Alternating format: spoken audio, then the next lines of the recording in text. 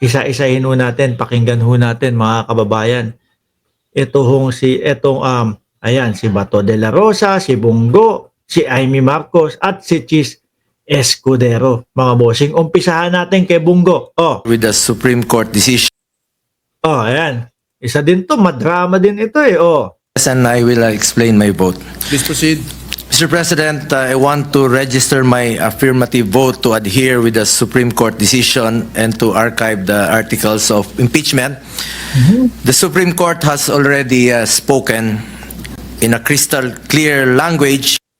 Ako naniniwala na kaya dinelay ng Senado para may makapitan sila dahil nahihiya sila na gumawa ng kanilang mga sagot, no?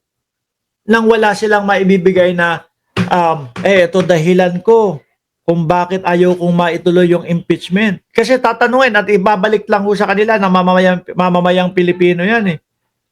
Bakit ayaw mo makita yung mga ebidensya? Ayaw nyong ipaalam sa mamamayang Pilipino. Sabi ni Sako Rambo na high blood ako kagabi.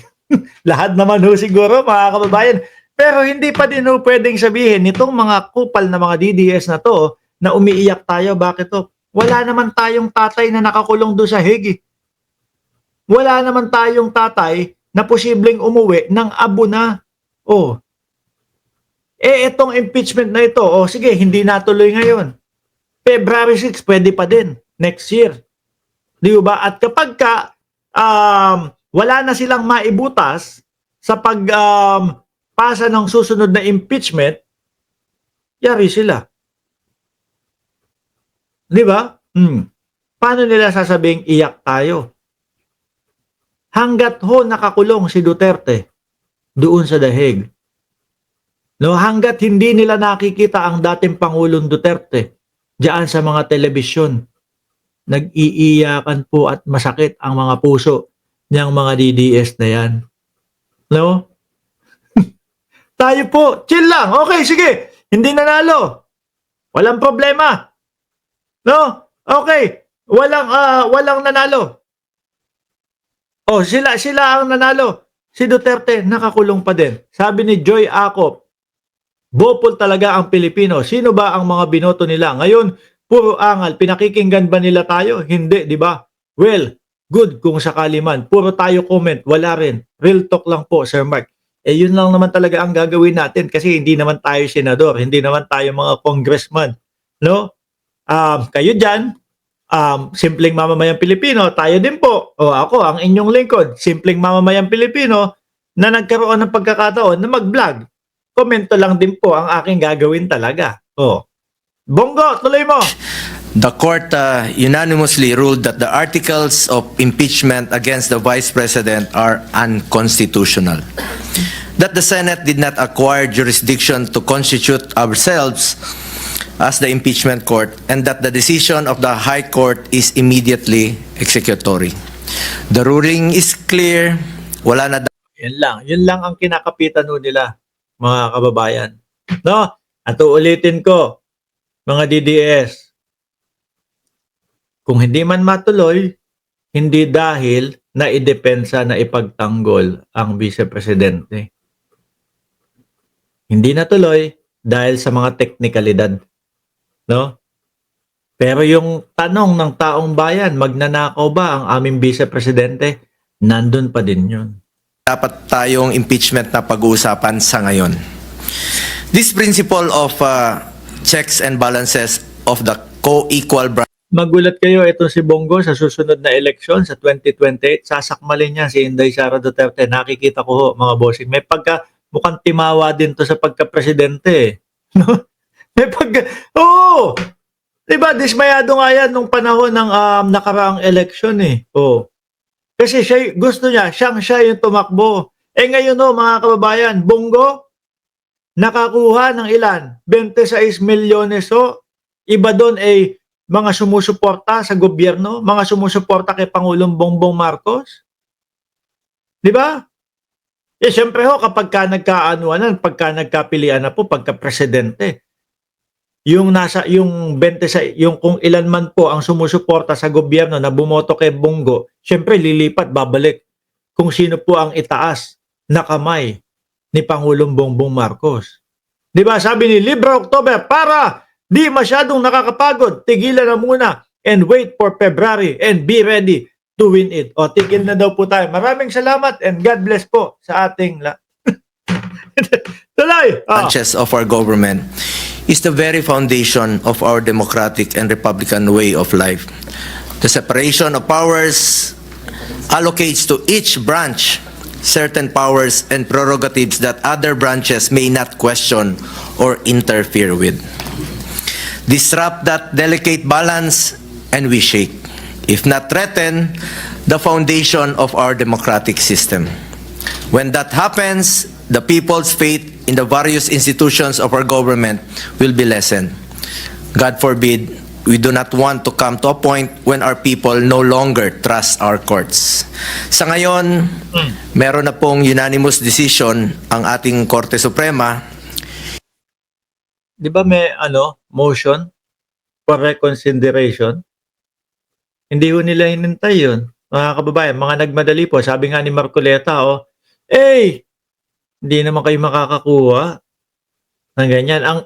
Hindi naman kayo makakakuha ng sapat na boto para mabago yung desisyon ng Korte Suprema. Sabi naman po ni Tito Soto, sabi naman po ni Risa Ontiveros, meron silang mga binigay na eksplanasyon, meron silang mga binigay na halimbawa na yung mga nakaraang panahon ay nabago unanimously yung desisyon ng Korte Suprema. Wisely Mateo, paki-shout out nga, DDS, sulit, solicit. Mga mahilig mag-solicit. Sabi ni RBTV, wow, sa ginawa nila, gusto nilang palabasin, nakatiwa-tiwala pa sila. Totoo. Totoo, di ba? Igalang po natin ito. That is why I voted in favor of the motion to adhere with the Supreme Court decision. But let me be very clear. Hindi ko sinasabi na hindi tayo sang-ayon sa accountability. Kakampi-kampihan niya kayo. Sa pagkakakilala ko sa mga Duterte, hindi sila tumatakbo sa kanilang responsibilidad. Oy, meron akong kilala. Si Baste, takbuhin. Purong ang yagbols. No? Hindi, kasi nung una akala niya, pagkakarinig siguro supsupan. Yung pala suntukan. Kaya nung suntukan na, hinamon na, pumalag na si General Torre. Palag ako, suntukan ba? O sige, boxing tayo.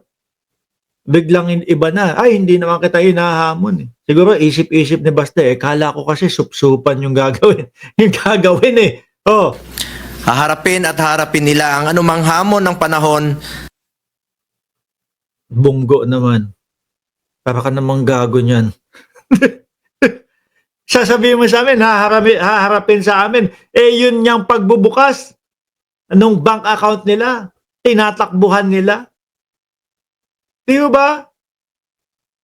Yun niyang pagbukas lang ng bank account nila. Eto, sinasabi ni Trillanes na yung bank account na yan, merong mga pumapasok na pera galing sa mga drug lord. Kung wala yun, pinabuksan nila yan. Bakit to? Simple lang. Pahiya agad si Trillanes. Di ba? Yung tattoo ni Pulong sa likod. Simple lang. Para maipahiya si Trillanes. Sinasabi, may tattoo si Pulong sa likod. Dragon. Mukhang bulati na lang mga kababayan. Dragon. Para ipahiya si Trillanes. Eto Trillanes, yung sinasabi mo, pakita yung tattoo. Pag walang naipakita ang tattoo, malamang wala nang naniniwala kay Trillanes, mga kababayan. Ganun lang yun. Mga takbuhin ang mga Duterte, mga boss. Basta ginawa lamang po ito sa tamang paraan. Nabanggit din ni Vice President Sara Duterte na handa niyang harapin. Handang harapin, mga bossing. Gusto ko ng bloodbath. Tapos pagkadating, dismiss, technicalidad.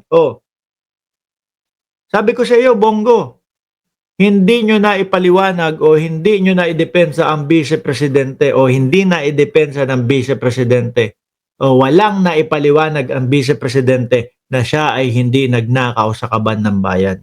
Ang impeachment case laban sa kanya.